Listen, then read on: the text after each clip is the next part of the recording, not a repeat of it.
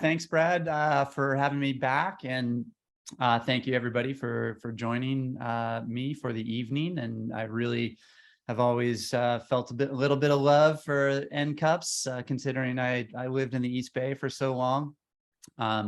As Brad mentioned, these days my company almost exclusively does snorkeling and free diving versus scuba diving on our trips. So we basically charter vessels, small boats. These days, primarily the Dive Gaia or the Gaia Love, and the Samambaya liveaboards like that, which work throughout the Coral Triangle. And we run liveaboard trips to some of the areas that we've been going to for 20, 25 plus years. I worked in Palau for over 10 years as a dive guide. So, I've been in the industry a long time, and it's kind of nice working without a tank on your back, all day. So this way I can spend 3 hours on a site versus, 45 minutes to an hour, which is also quite nice. But whatever the case, this evening, I'm going to go through some images from my first trip back from COVID, which I just completed in October. We did back-to-back trips, first in Komodo National Park, and then the second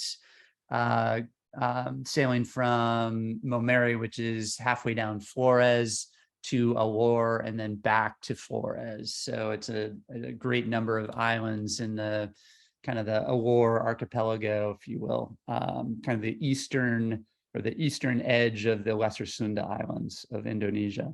And then in just a couple of weeks, we'll be heading back to the Solomon Islands, which is exciting. I always love that area. So anyway, if people have questions, feel free to ask. I will be stopping here and there to talk about what I shoot with, and kind of my techniques, but sometimes I oversimplify that stuff. So again, please, any questions are welcome. And whether that be about the geography or the biogeography or biology, whatever, it's kind of part of what we add to our tours is the biological, scientific aspects of what we see. Both my partner and I are biologists by training, and so it's kind of nice in the evenings to go over the natural history of a lot of the things that we see. Whatever the case, let me start off. I do shoot a lot of aerials these days, wherever it's relatively legal, and so you'll see some aerials mixed in within the presentation. All right, so here we go. So these are actually the last two images are from Alor, and again, I apologize. I'll be jumping around a little bit in terms of geographic areas. If you haven't been to Alor, I highly recommend it. It is extremely biodiverse. It is becoming what Komodo, I think, used to be. Komodo is getting a little bit, how shall I say it delicately? Politically, it's becoming more complicated to work there because the government is becoming a little bit more difficult for the liveaboards to work with locally around Komodo National Park. So many of the liveaboards throughout Indonesia are spending more time on Flores and further east in Alor, and then the Banda Sea, Forgotten Islands, and those areas. So but you can see, so this is an area just north of Momeri where you fly into, where you usually meet liveaboards heading to Alor. So you can see really beautiful, this is almost a barrier reef around a couple of volcanic islands just north of Momeri by like an hour. And just a great area to begin trips with. And we had really good weather on this last trip. So I have a question. I mean, can Sure. you spend a little bit of time talking about why Alor versus any of the other Indonesian islands? What made you choose it or what's special or different about it? Yeah, sure. I almost wish I put some maps in here, some Google Earth imagery, because Allure, it in part it's special just because of where it is, in terms of the whole Western Sonda Islands are extremely diverse, but it's also big enough where you always will have a large portion of it that is that is very protected from any weather. So you can have some very delicate corals growing extremely shallow there. In a way, you could say that about like Rajan Pod as well, where there's so many high limestone islands there. You get a lot of very delicate life up shallow. It also gets a lot of current. So that means a lot of larval recruitment there, both fish and invertebrates on a continual basis. It does have a decent sized population, human population, but not, the further west you go in Indonesia, generally the more populated it becomes as you get closer towards Bali. So I think that also plays a role in that it's away from really big urban areas as well. Okay, thanks. Yeah. So again, getting in, under the water here,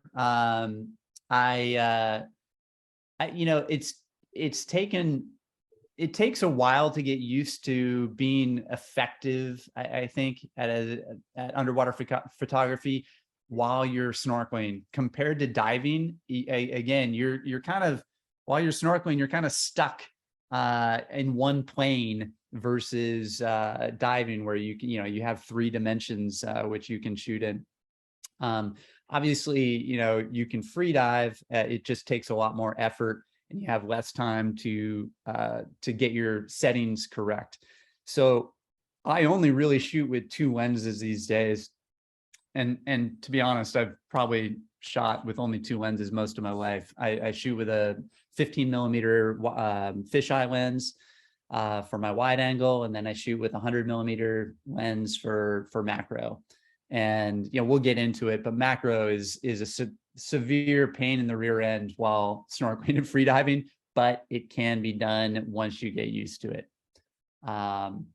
So one of the things that I concentrate on while I'm on trips are extremely shallow seascapes, and really finding areas where I can do some really cool over-unders or split imagery. And of course, a big dome port is helpful, at least an 8-inch, which is what I use. You can get those super domes, which are 12 inches, which would be even easier, but there's always a give and take in terms of the size of what you want to lug around. And I'm sure a lot of you are trying to kind of downsize your equipment as I'm trying to, over time, but certain things you just can't downsize. And that dome plays a big role in terms of shooting split images. So even when there's a little bit of waves, and it's almost never, flat, calm, anywhere that you go, you really need to spread out that the water line across that dome port in order to be effective and get some good imagery. Yeah, I mean, especially, for those of you who do a lot of shooting in California, it's really difficult to do in California. First of all, you need shallow subjects, and there's some interesting things in California and in the Pacific Northwest up shallow, but it's, it can be a lot windier and the visibility won't be as good. So it's, it's a thing that I do almost primarily, in where there's decent visibility. And Indonesia isn't known for 100-foot viz, but it's still, you almost never get worse than 30 or 40 or 50-foot viz. So especially the areas that we're looking to snorkel in. So in this image, you're looking, this is right near Alor in the Pantar Strait, which separates Alor from the island of Pantar. And it's a major migration route for a lot of whale species in that area as well. And sometimes you'll even get pygmy blue whales through this area. But this is a unique, the the folks around Allure produce these really unique fish traps, which you can see here in the middle of the image.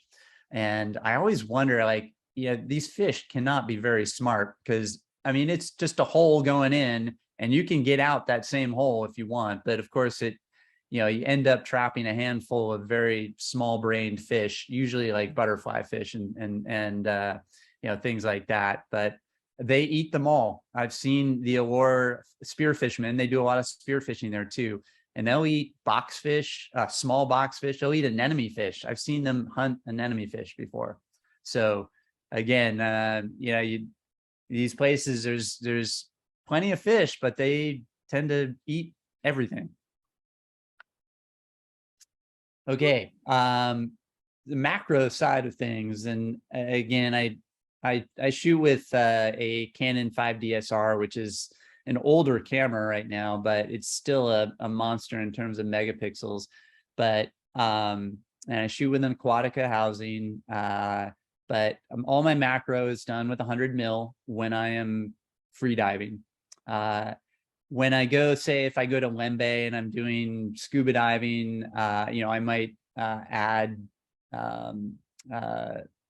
some other macro lenses to that 100 mil, but it's easier to just shoot with a straight 100 mil lens with things that don't move much. And I'll say that it is very difficult shooting fish that are swimming when you are free diving. So you have to practice a lot. And one of the creatures that was a real pain in my rear end, but I love shooting them, are bobtail squid. This was a night snorkel, and we do include night snorkels when we're in protected areas that are safe. I don't in places like Rajan Pat, I don't do many night snorkels there. We have seen crocodiles before, and so we just tend to avoid doing anything at night on the surface in places like that. But in Allure and Komodo, you're safe. So we do night snorkels there, and then in the next area we're going to, Solomon Islands, I also do not do night snorkels. So you can basically tell when, if we're going to an area and we don't do night snorkels, there's probably some nocturnal predator there that we're trying to avoid. But whatever the case, in Allure, it's totally safe. And this is always a creature that I love to find and love to photograph, but it can be a challenge, certainly when I'm shooting while free diving or snorkeling. And inevitably, you do have to hold your breath a little bit to get under the water, so you're not bouncing around on the surface, with a critter that is usually kind of moving itself. And the bobtail squid often will hover just over the seafloor at night. You'll find them there. And the ones that I found on this last trip were just tiny. I mean, this guy couldn't have been more than, I would say, max 2 centimeters, more like 1.5 centimeters.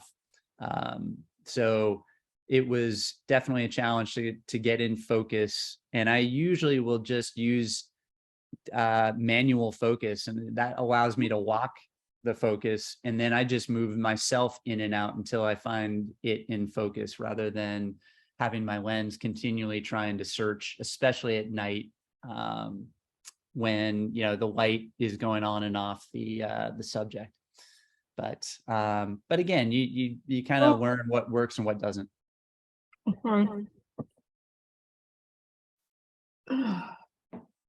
All right, some more split images.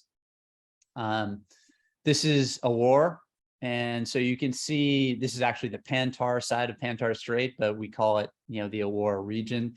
You can see how healthy it is out there. You hear a lot of doom and gloom about climate change and what it's doing to coral reefs, and I do keep my finger on the pulse of marine science and what is going on throughout marine biology, because a lot of my friends from grad school are, whether they be professors or working as biologists for governments here and there. And now a lot of the money going into conservation is really focused on really bioengineering corals to withstand higher sea surface temperatures, which to me is really ridiculous because you're really not solving the problem. And you're never going to be able to bioengineer 500 species of corals to withstand, the several degree Celsius change as is expected over the next 20, 30 years.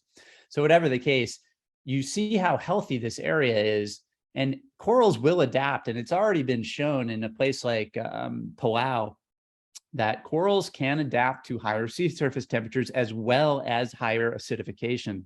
And there are papers which show this in Palau. Palau's lagoon is higher sea surface temperature. It's about on average 85, 84 degrees versus the outer reef, which is probably about 81. And the corals thrive in there. And that's just because the corals, the colonies have adapted over the last 50, 60, 70 years to that environment. And literally, if you go to Palau, within the lagoon there, it is probably 80 to 90% coral cover, similar to what you'd see here. So again, things are doing well as long as you stay away from human population centers. So have they lost any corals in the process? you mean in terms of species? Species, yes. Not that I know of. Not yet. That will be, it'll be a difficult thing to determine, but certainly I have not been told by any of my friends, whether they be in Guam or Palau or here in the States who still work in Indonesia, they haven't said anything about that. And I expect, again, in areas like a war or wherever you get really big currents or upwellings, in the case of Komodo, you're going to have corals which do fine as long as they don't build a resort, right on the reef. These corals will be fine.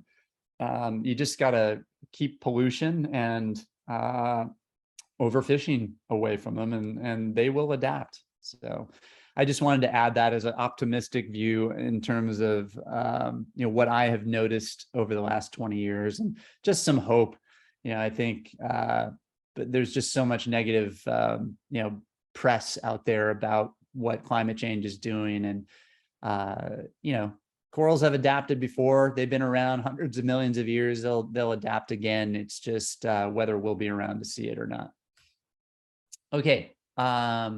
This is also, again, an aerial of the southern end of Pantar. It's called a place called Biangabang Bay, which is known for its muck or black sand habitats. A really quaint little bay, and you can see our boat right in the middle of it. So it's a tiny area that actually has a huge pier there, which is a great snorkel or dive. A lot of divers come down here too for critters, black sand critters. Almost every time I've been there, we've had blue ring octopus, several species of octopus, but blue ring are one we look for here. I don't know how many of you shoot with drones these days, but I'm on my like fourth drone now. I continually keep crashing them, but I learn new things from people who fly drones every time I spend some time with those folks. And I just found there's a panoramic, a method of shooting panoramic images within your drone. So the software in the drone actually keeps it in one position and takes about 20 pictures and basically creates a big JPEG, which this image is of. The previous aerial images and the ones you'll see in the future in this show are done by me just in Lightroom, which actually works better than anything that the DJI software can do. So just if you are getting into drone photography, panoramics are kind of one of the major aspects that are real interesting, and you can create some really beautiful images this way. I would stay away from the in-camera panoramic abilities just because the software is not exact. meaning you'll get some, parts of the image that may not match up like you would in Lightroom. I think the algorithms in Lightroom are just as good as it gets these days. So anyway, back underwater, macro, coral crab. I'm gonna kind of move a little bit faster here as time goes by. Again, I get into when I'm looking for macro subjects while free diving. Again, I'm looking for things that are not moving fast, whether it be scorpion fish or blennies, crabs that live in particular habitats that they aren't going to move, like this coral crab. These guys often live with yellow spotted scorpion fish and Pocillopora corals, things like the red spotted blenny here. And again, I'm using 2 strobes. I'll go back to this one. On almost every photograph that you see is I use these ancient CNC YS250 strobes. I just have not found anything better. The only downside of YS250s is they're super heavy and they're super big. So carrying them around is kind of a workout, but they produce fantastic light, both for macro, which, it really is overkill with YS250s. But if I let me just go ahead to another split imagery, and wide angle split imagery, you really want some nice, powerful strobes to light up the foreground. And the 250s, I just haven't found anything better, over the last 10 years. So I'm sticking with my old ones until they go, I guess. So are you going to talk later about why free diving rather than scuba? Yeah, I can get into it now. I mean, for me, it's been a business decision. It's not that I like one better than the other. I still do a lot of scuba diving.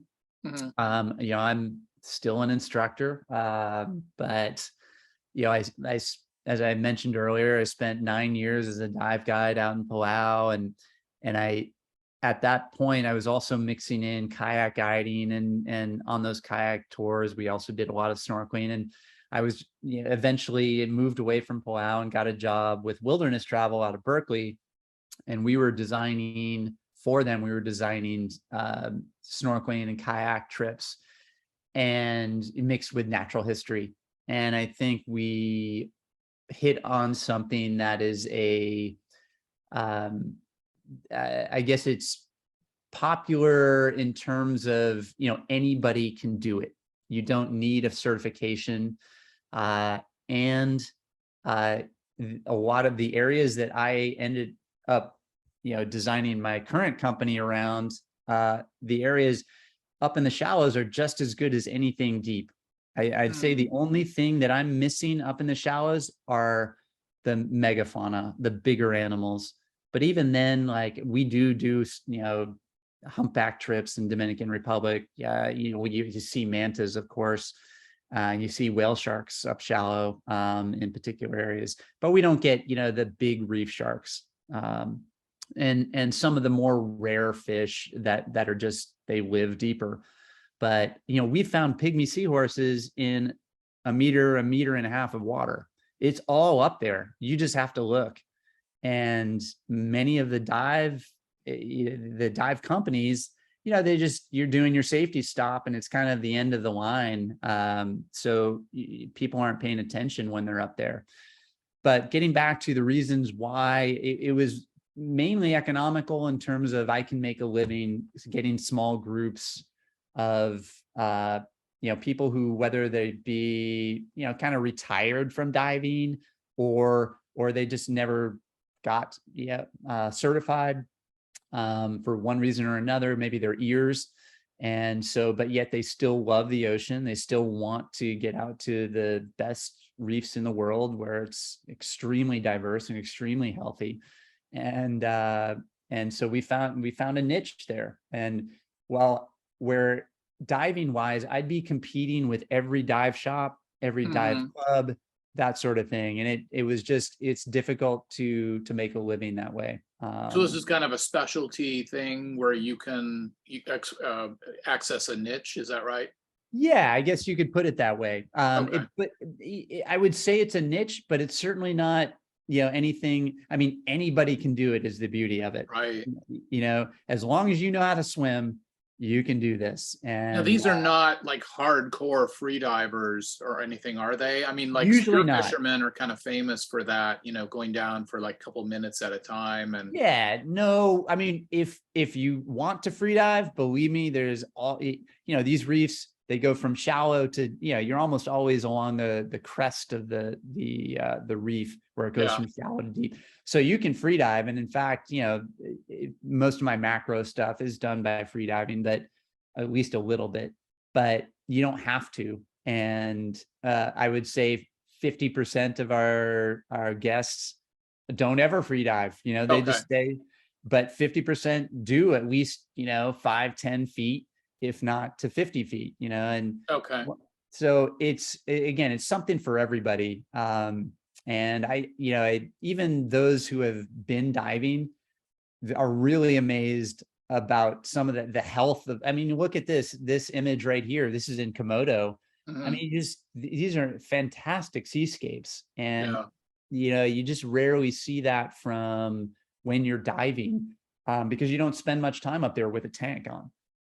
So So one other thing you brought up was the whole issue of like 45 minutes versus like 3 hours. Can you talk about how long you typically would spend in the hour, or what a typical day might look like?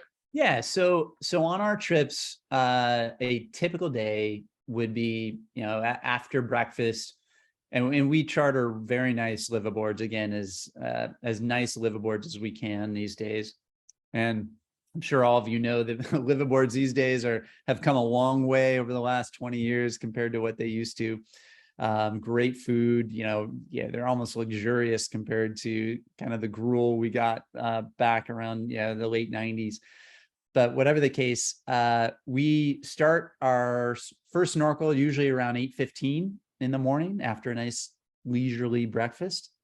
And we don't put a time limit on most of our snorkels. So, if you're in the water from 8:30 to 11:30, that's cool. But most people around 2.5 hours, you just eventually you get cold no matter what.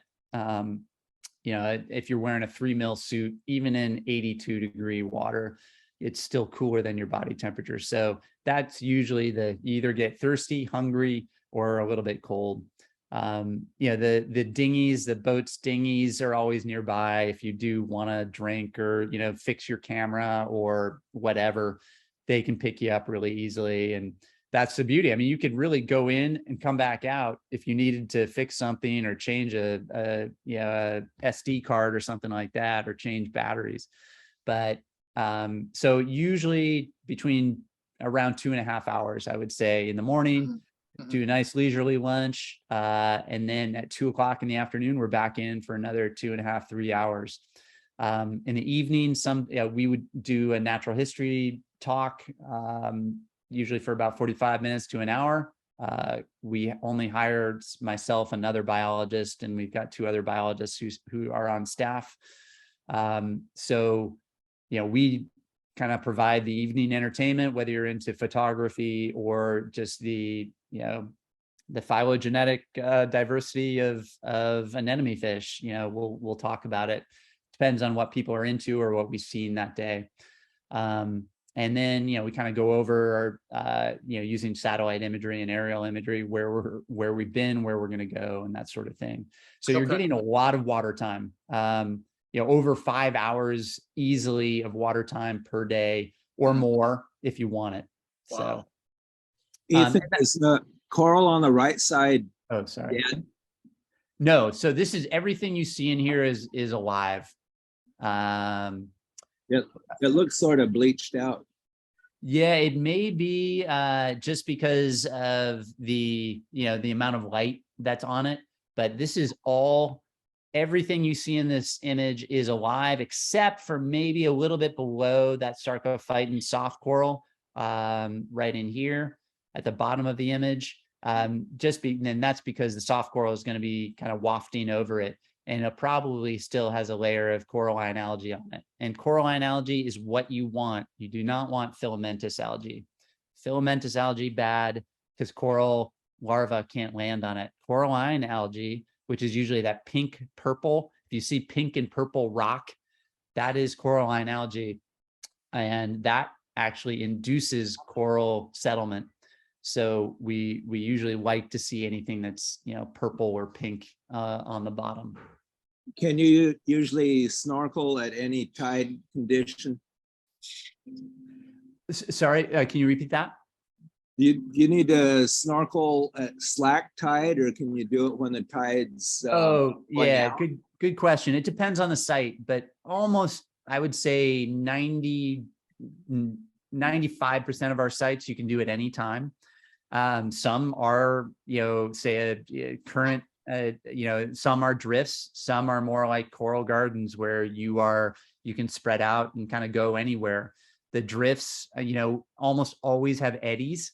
Like in Komodo and Awar, there's a lot of current, but we have done these areas so often. We know, okay, this area right in here, you're going to get a lot of current, but you sweep around the corner and then you're going to be in an eddy where you can basically just lay still for as long as you want.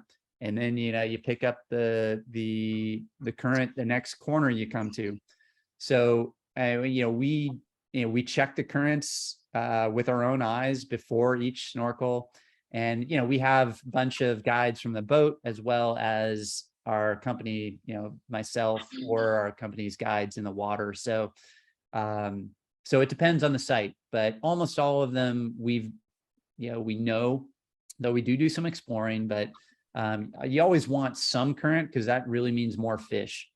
The more current, the more fish, mainly because that brings in planktonic food. Can you ever, or how often can you access these from the beach? If sometimes when you're accessing from the beach, you need a high tide so that you don't have to wade out a quarter of a mile through sharp coral. Yeah, you'd never want to do that. And we do, so most of our trips, I would say 95% of them are liveaboard. So we don't have to deal with wading in from the beach. The only two resorts we use are Wakatobi and in Belize. We do one trip in Belize and we use a Turnef Island resort. And again, we're using small boats from the resort to get out to many of the sites. So you never really have to access it from the beach. Now, there are some areas where you can snorkel right up to a beach where the corals, in many cases, say in Komodo or Awar, they literally grow at the low tide line along the beach. So tides matter. We want high tide for certain snorkels, and that would include, you know, if we did a place like a seagrass bed or a mangrove.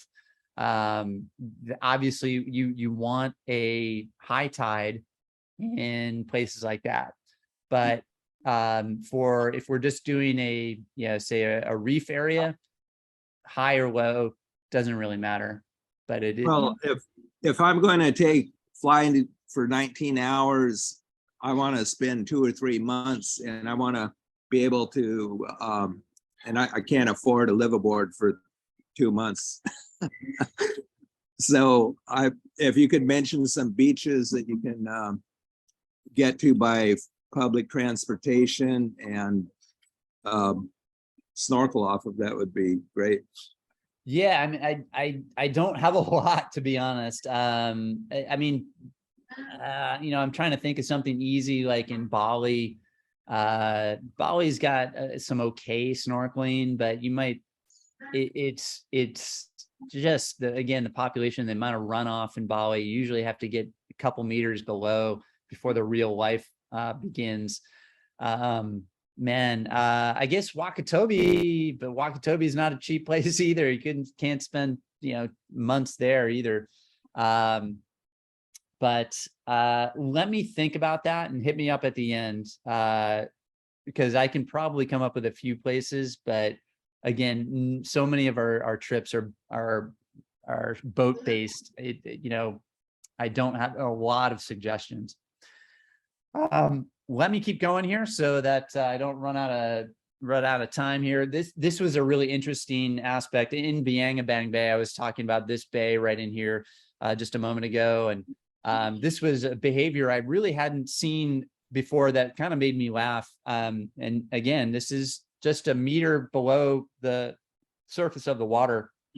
These are two small scorpion fish that I found, in this territorial aggressive behavior. And so you can see one of them actually has its whole head kind of being mouthed by the other, and then they turn the tables. So, in this previous photograph, you see the fish on the left, with its mouth over the other one, and then the other one on the right got into the action and fit the whole head in.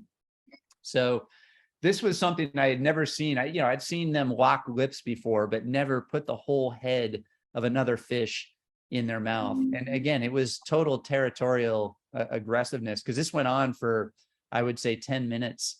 And it was, again, allowing me to free dive just a meter down, and they didn't care that I was within inches of them photographing them. So this was a lot of fun to watch until I got called on to go see another critter.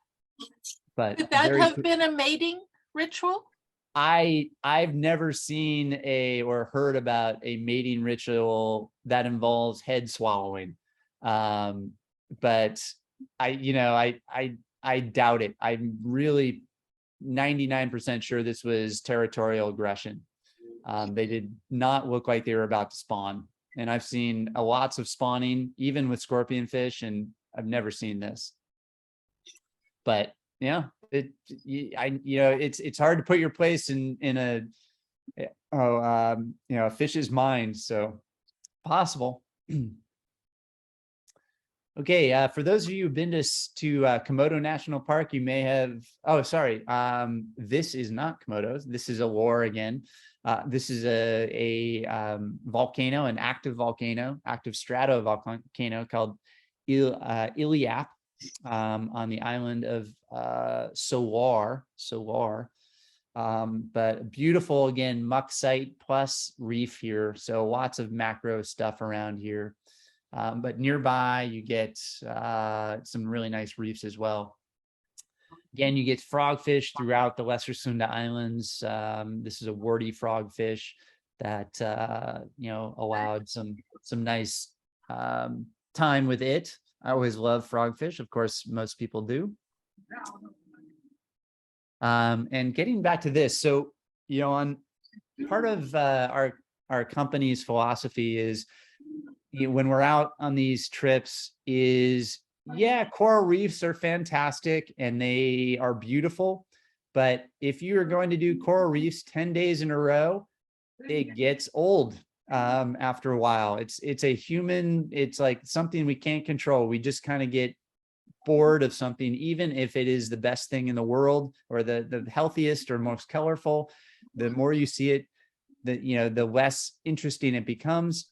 So we do shake up our, the sites that we're doing in terms of, we like to mix up habitats. We definitely hit all the best reefs in the world, but a lot of them are attached to, some amazing seagrass beds as well as mangrove areas. And so in this, you are seeing a really interesting sea snake called a marine file snake. And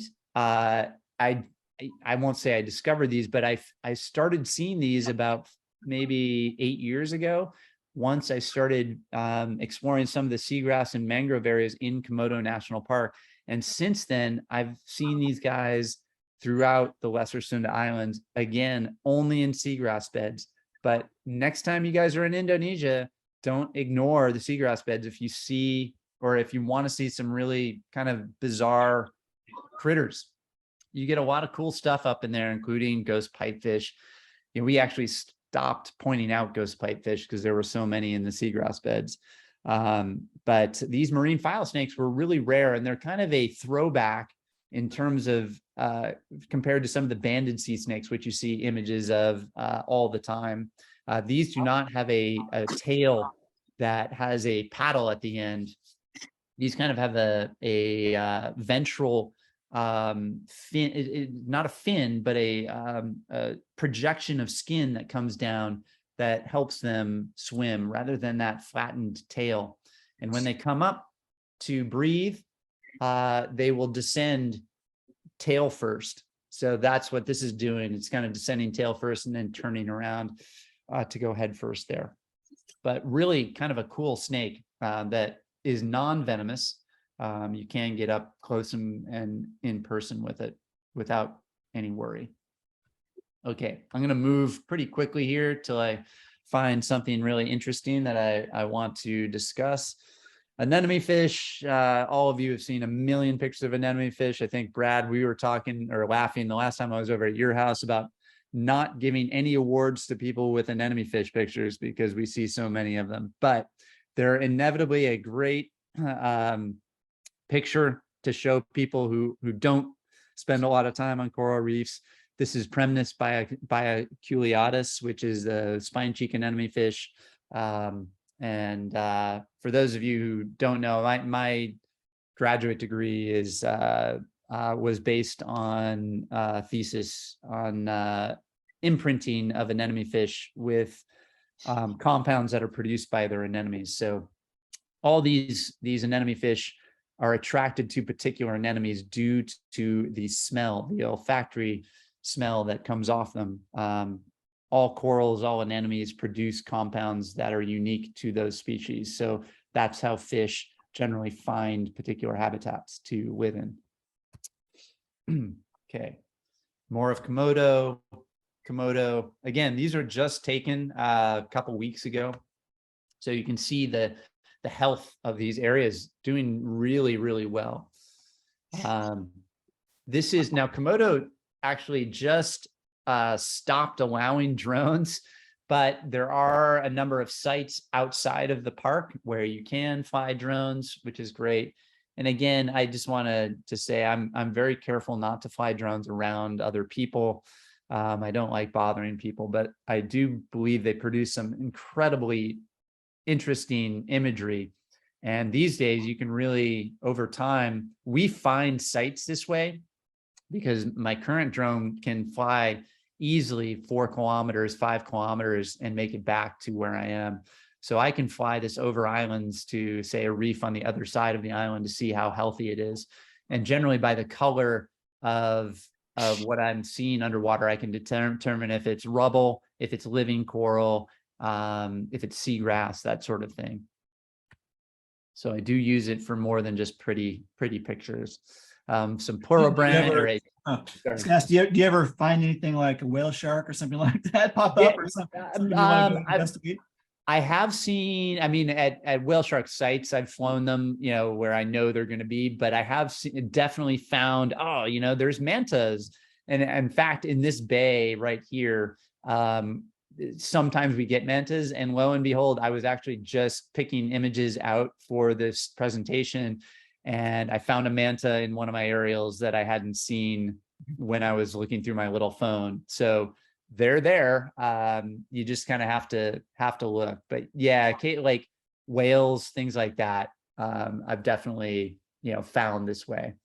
Because they're not always obvious when you are down on the water, you know, seeing a whale's blow, or definitely, you know, mantas, which never, you know, really, unless they jump, you're not going to see. So it really helps with that. But most often I'm just using it to look at reef health. Yeah. Well, you see people using them to find bait balls and things like that. So yeah, sardine run kind of stuff. So I not drones necessarily, maybe helicopters or planes, but still, it seems like it's a possibility. Thanks. Yeah, you can cover a lot more ground, certainly with a drone, and you have to, you know, a lot less fuel for the ship and things like that too. So yeah, so here you're looking at Gilibanta, which is actually a big caldera. So this whole island is the tip of a volcano that's extinct now, but still you get to dive or snorkel the edge of the inside of this caldera, which is pretty cool. You can see it here as well. So this is on the right hand side there. That's the caldera, And then in the distance in the top left is Pulau Sengiang, which is an active volcano, which is this volcano right here. And again, this area known for black sand, one of the best critter areas for snorkeling, but also for diving. So again, if you're ever in the Komodo area, definitely if the boat's like, maybe you guys want to go to Sengiang, do it, because this is definitely worth a day or even two if you want to see critters. Mangroves, I spend a lot of time shooting mangroves just because photographically I find them fascinating. I love the contrast between light and dark in these. I love, seeing these god beams coming down into the dark shadowed roots. And in many places, especially in like Raja Ampat, you can find, quite a wide variety of biodiversity there as well. Okay, I am going to hurry up. This is an aerial of Horseshoe Bay, southern part of Komodo. Again, a good I have a macro- question about the mangrove lagoons. I mean, do you find a lot of interesting juveniles there when you dive them? I won't say like, it's not like you see a bunch of juvenile I'm trying to think of something that's like sweet lips or something like that in the mangroves. You do see juvenile, very commonly juvenile black tips, juvenile like blue spotted rays, things like that, very common. A lot of say maybe juvenile barracuda. You'll even see great barracuda that are just a few inches long in mangroves, but yeah, it's not things don't jump out at you for sure. Nothing is trying to stand out there. I like a lot of, there are a lot of very colorful juvenile fish that you'll see out on the reef. And I was wondering if those are more frequent in the mangrove lagoon. No, I would say in seagrass beds, yes. Okay. But in mangroves, no. Okay. And whether that have to do with, again, just the amount of light or the food, generally speaking, where a particular species food is where you find it. So it depends on what they're eating at that stage in life. That would probably determine the biggest determiner. Thanks. But I mean, there are definitely different types of mangroves throughout the Lesser Sunda Islands. Here, this is again in Alor, you find these black mangroves, and on high tides, you can get in over these huge spikes. It's just super, super cool. Just again, an unusual in terms of a photographic, opportunities in there. And even if you don't get sunlight, it's still this kind of this edgy, creepy, mysterious type of habitat, which I love again. And in a war, you don't have to worry about big reptiles like you would in Raja Ampat or Solomon Islands. Again, some more aerials here. Some of these are mangroves. Here's some more. Again, some in Raja. This is from Raja. You don't get better than the coral reefs that are associated with that are associated with the mangroves. The reefs there grow right up to the edge of mangroves. So these are the type of opportunities that you get there. Just absolutely beautiful. And in some cases, you get these huge schools of silver sides up in there as well. So just awesome. And again, now I've switched up to Raja, which we also have a trip going there in a couple of weeks, which I'll have to skip because I'll be in the Solomon Islands. But for those of you who haven't gotten to Raja, it's a must do, whether you go the northern itinerary or the southern itinerary.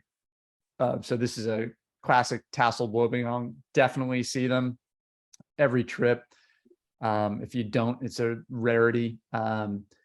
Beautiful sharks. One really biological aspect that I have never understood with these, you can see the eyes up front here, but they have these bright white spots, and I've never had any biologist be able to explain why they have these bright white spots right behind their eyes. So it's not an eye spot. it's not designed to trick another animal that these are the eyes, because their real eyes are just a couple inches away.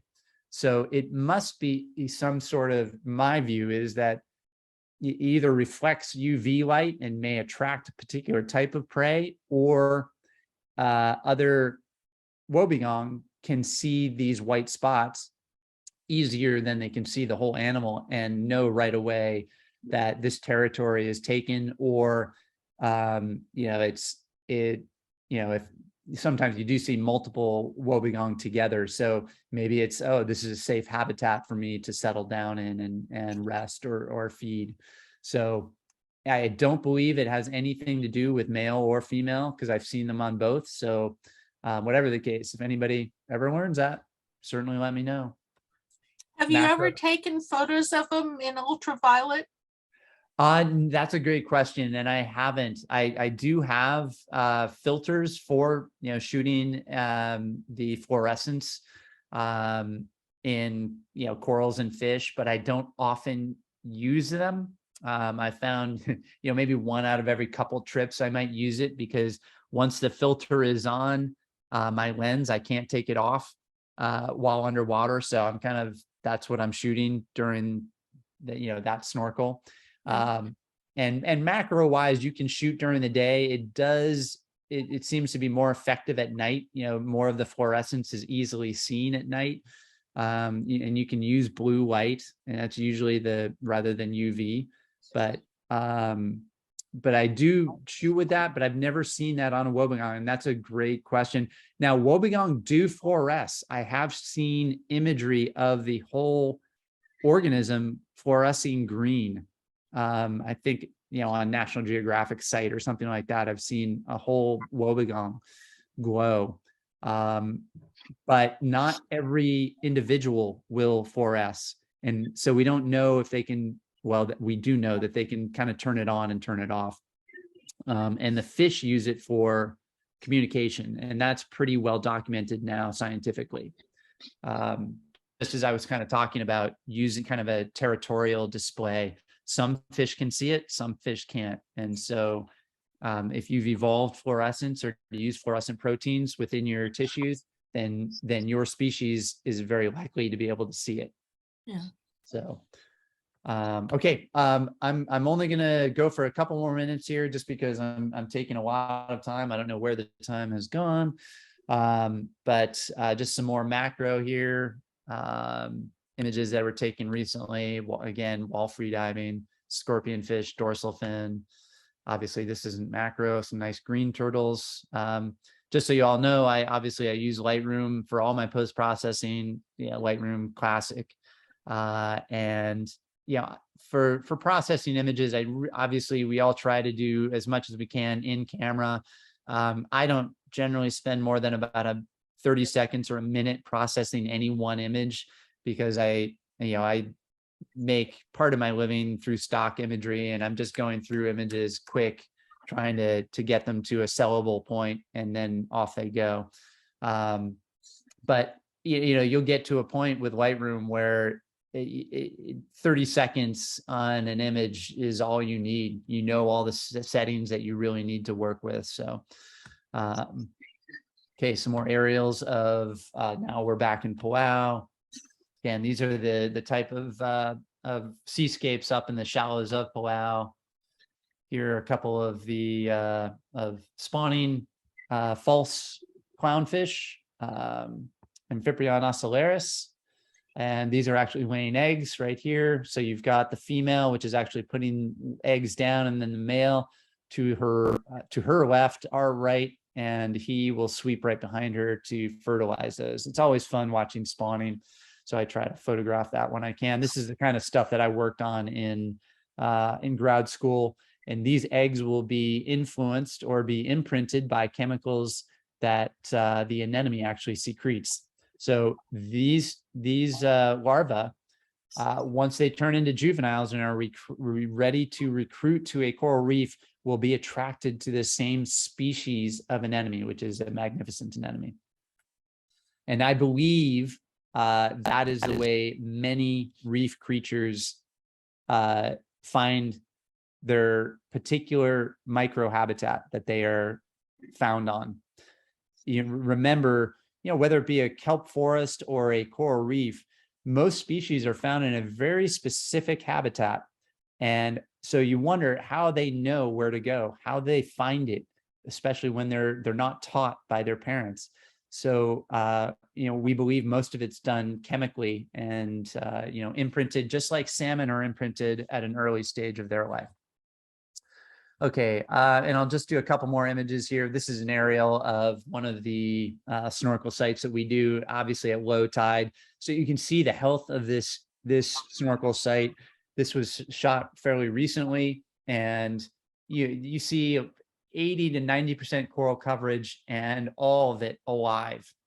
Just fantastic. So again, in unpopulated areas, reefs are doing fine. So if you're putting money into conservation, put it towards Planned Parenthood rather than a lot of these NGOs, which are more bureaucratic than anything else. And just a final one. Here's a sunset in Palau. We do have a couple of interesting trips coming up. I just want to mention that before I sign off. And one in particular, we'll be going to see in Triton Bay. And we'll also include Rajan Pot. We'll be going to see the total solar eclipse this coming April, which will be awesome. So we get the total solar eclipse as well as some of the best reefs in the world. So that'll be fun. And we do have some spots remaining on that. We actually have 2 boats going to that. So anyway, check out if you guys at all are interested in shallow water seascape photography. If you're interested in snorkeling at all, now or in the future, or you guys know of people who are and want to see some of the best reefs in the world, we've got all of our areas that we go to on our website, which is coraltriangleadventures.com. And other than that, I'm always reachable. Brad, has all my contact info. So guys, feel free to contact me about photography questions, about resort questions, liveaboards, all of that. I'm always available. So Brad, I'll hand it back to you. Oh, yeah, thanks. That was fantastic, Ethan. And I'll make sure that the webpage definitely retains your information. As new speakers come in, things get decremented down through the event list. So your link will persist. Quick question. I did have a question for Ethan. Can you talk about Palau versus Indonesia and the comparisons of them? Sure. So having spent a lot of time in Palau, obviously 9 years. Yeah. I love Palau. Here's some images from Palau right here. Yeah. Palau is not as biodiverse. Now, don't get me wrong. When in comparison to whatever we see, off the West Coast, all of these areas are incredibly diverse. So you're talking a very minute degree in terms of how less of a biodiverse place it is. What it is good for, it's much better for sharks. Palau, the beauty of Palau is it's a small place, but it has a lot of different habitats, both diving, snorkeling, plus the World War II history, some amazing World War II wrecks. Some of the best wrecks in the world. Outside of Truck Lagoon, Palau has some of the most accessible, relatively shallow World War II wrecks that are basically intact and, upright, that you can visit right in their harbor. So really cool wreck diving, and good shark diving, good manta diving. It's beautiful. The islands are absolutely beautiful, but you're not going to get the critters. So if you're looking for frogfish or, nudibranchs, they're there, but they're not you're not going to get a black sand site like you would in Komodo or Lembe. You're not going to get, just overall seascapes that you would in Rajan Pot either. But I'm not going to recommend one over the other. I love Palau and I still love going back there, but it's not as diverse. but better with sharks just because they have a tiny population. Actually, all fish, big fish, better in Palau. You can go there also to photograph spawning of large schools of fish, including red snapper, including bumphead parrotfish, including Napoleon wrasse, where we don't know of the sites in Indonesia. And they've nailed that in Palau. So there's a scientific community which knows exactly where these is and how to get close to them without bothering them while you're diving. So Okay, thanks. yeah. I'm gonna ask, how many photographers do you get on a trip like that? Do you get people on the trip that are bringing things like your setup with dual YS250s, et cetera? Not I would say not a lot. We get there's a lot of our clientele, I would say 70% of them are repeat, like every trip, but we have a lot of repeat customers who like what we do. I would say everybody, well, let me say this, 95% carry a camera, but many of them are, not a huge SLR, with 2 dual strobes, things like that. Most of them are just getting the imagery for ID purposes and things like that. So they'll take small point and shoots, which are great up in the shallows if you're taking, fish imagery or nudibranchs and things like that. But we do also provide our imagery, both, all of our guides, we put a little slideshow for everybody at the end of our trips, and we actually provide our imagery for them.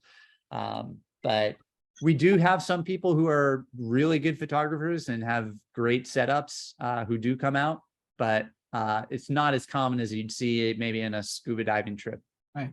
Do you end up giving some instruction to people, the best ways to shoot, these shallow water images? Yeah, because not only, obviously it's, how to approach fish, like you can't chase after them, that sort of thing. But absolutely, we do, it depends on the group, if they're really interested in photography. Yeah, we do some talks on how to best shoot these areas and how to get the most bang for your buck in terms of whether you're shooting invertebrates or fish or just seascapes. So yeah, we cover that. And you probably deal a lot with buoyancy control. Yeah, to be honest, it's more, we're almost all of us are positively buoyant. So it's mostly about, like how much weight do you put on to make yourself kind of neutral, so that your hips are down and you're more easily able to control your feet. But yeah, we definitely cover, I would say, by the second snorkel, everybody's, usually does well in the water, but we're not throwing people in 2 inches of water either. It's, it's kind of up to you how you control yourself, but we also have guides around to make sure people aren't going somewhere they shouldn't in terms of how shallow. But I would say just like, most of our clientele, our guests are very focused on the natural history and don't want to harm anything and are very aware that anything they touch is harming something down there. So they're aware of their fins and such. And, the more you do it, you get really good at just controlling yourself.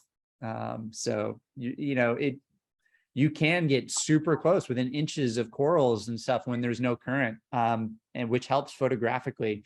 But you do need to be able to control yourself. Absolutely.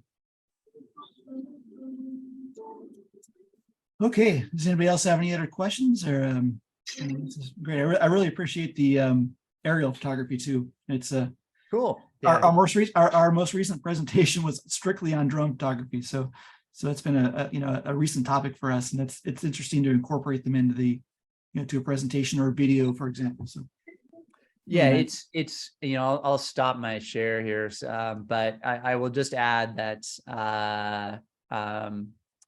it